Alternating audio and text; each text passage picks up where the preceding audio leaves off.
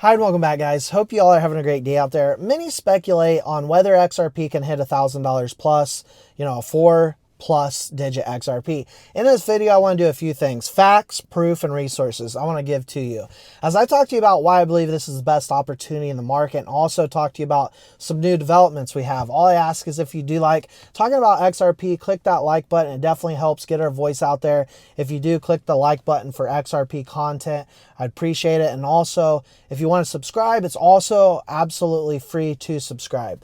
Now, as we get into, first off, what Patrick David, who I'm sure many of you have heard the name, said a little over a month ago about a $100 XRP and a $1,000 XRP. I want you to understand some of the numbers he ran, which while they could be realistic, is speculative. I want to give you facts, resources, and proof on what is going on with XRP that leads me to believe this is going to extremely high value for this digital asset.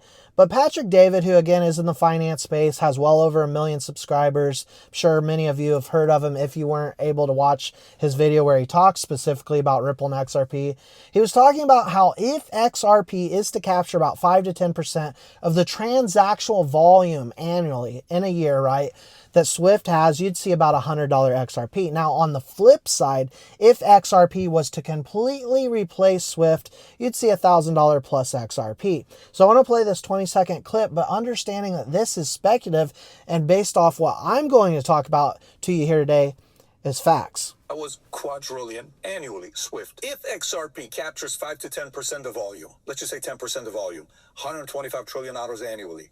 The demand for XRP, by the way, could be any of these other technologies we're talking about. Analysts estimate that a $10 trillion market cap could push XRP's price to $100 per token, with full replacement potentially driving it up to $1,000 there. And so there you hear he says the word potentially, so speculative, not necessarily a fact that it's going to $1,000. And while it's fun to talk about $1,000 XRP, how do we get there and when do we get there? Well, I want to talk to you about some of the facts that we have and some new developments we even have here today. As first, we take a look at employee and personnel. I think it's very important when we take a look at Ripple's team, right? Leadership. As we've talked about even recently, it's a stacked house. You've got a bunch of Harvard, Yale, Stanford grads that have deep connections within the system itself. You take a look at Margin Delinting. This is a lady that worked at Swift for over 10 years, guys. And we're not talking about a low-level position. We're talking about head of sales for Swift's Global Payments Innovation,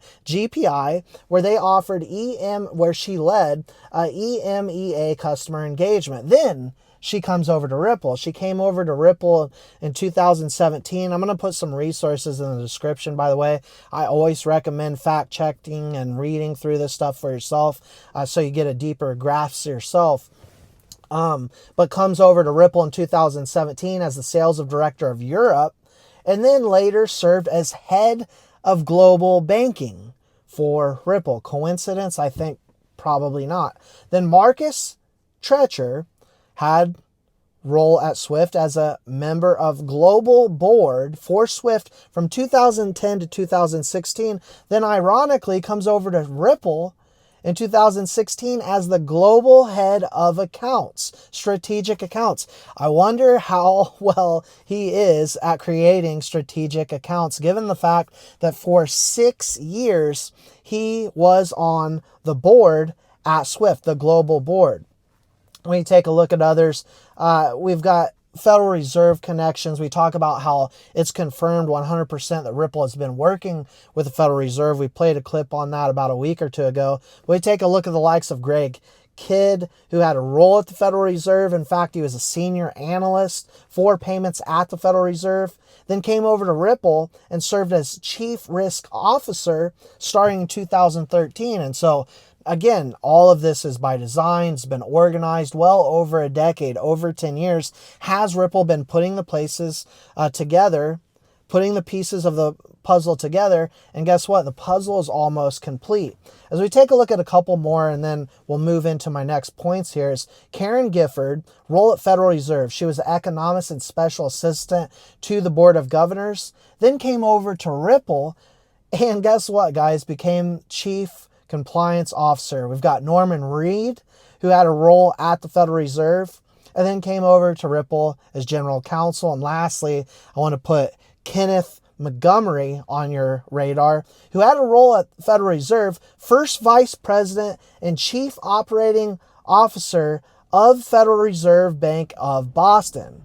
Role at Ripple, comes over to Ripple and is now a member of the RLUSD advisory board. You just can't make this stuff up, guys, as this has been ongoing for years and years and years. In fact, we take a look at Federal Reserve involvement since 2013. The Federal Reserve has been exploring faster payment solutions, and Ripple has been on the task force since 2015. We take a look at global support since 2014. Ripple has been gobbling up partnerships with some of the biggest massive corporations, financial institutions in the world. In fact, the World Bank and Better Than Cash Alliance and 32 governments highlighted digitalizing payments featuring Ripple all the way back in 2015. And so we take a look at the team, we take a look at the placements of which Ripple is all over the globe, and how banks are actually utilizing the system right now, not at mass scale like what we will get after regulations. It's so blatantly obvious. As here today, we've got Watch Your Guru coming out saying Deutsche Bank and Standard Chartered, both connected to Ripple, both these banks having connections and partnering with Ripple, seeking to expand crypto operations in the United States. And so all of it's by design, in my personal opinion. And you see here today new products for XRP, like XRP futures being rolled out on Coinbase derivatives. More institutional eyes are going to be on XRP, of course.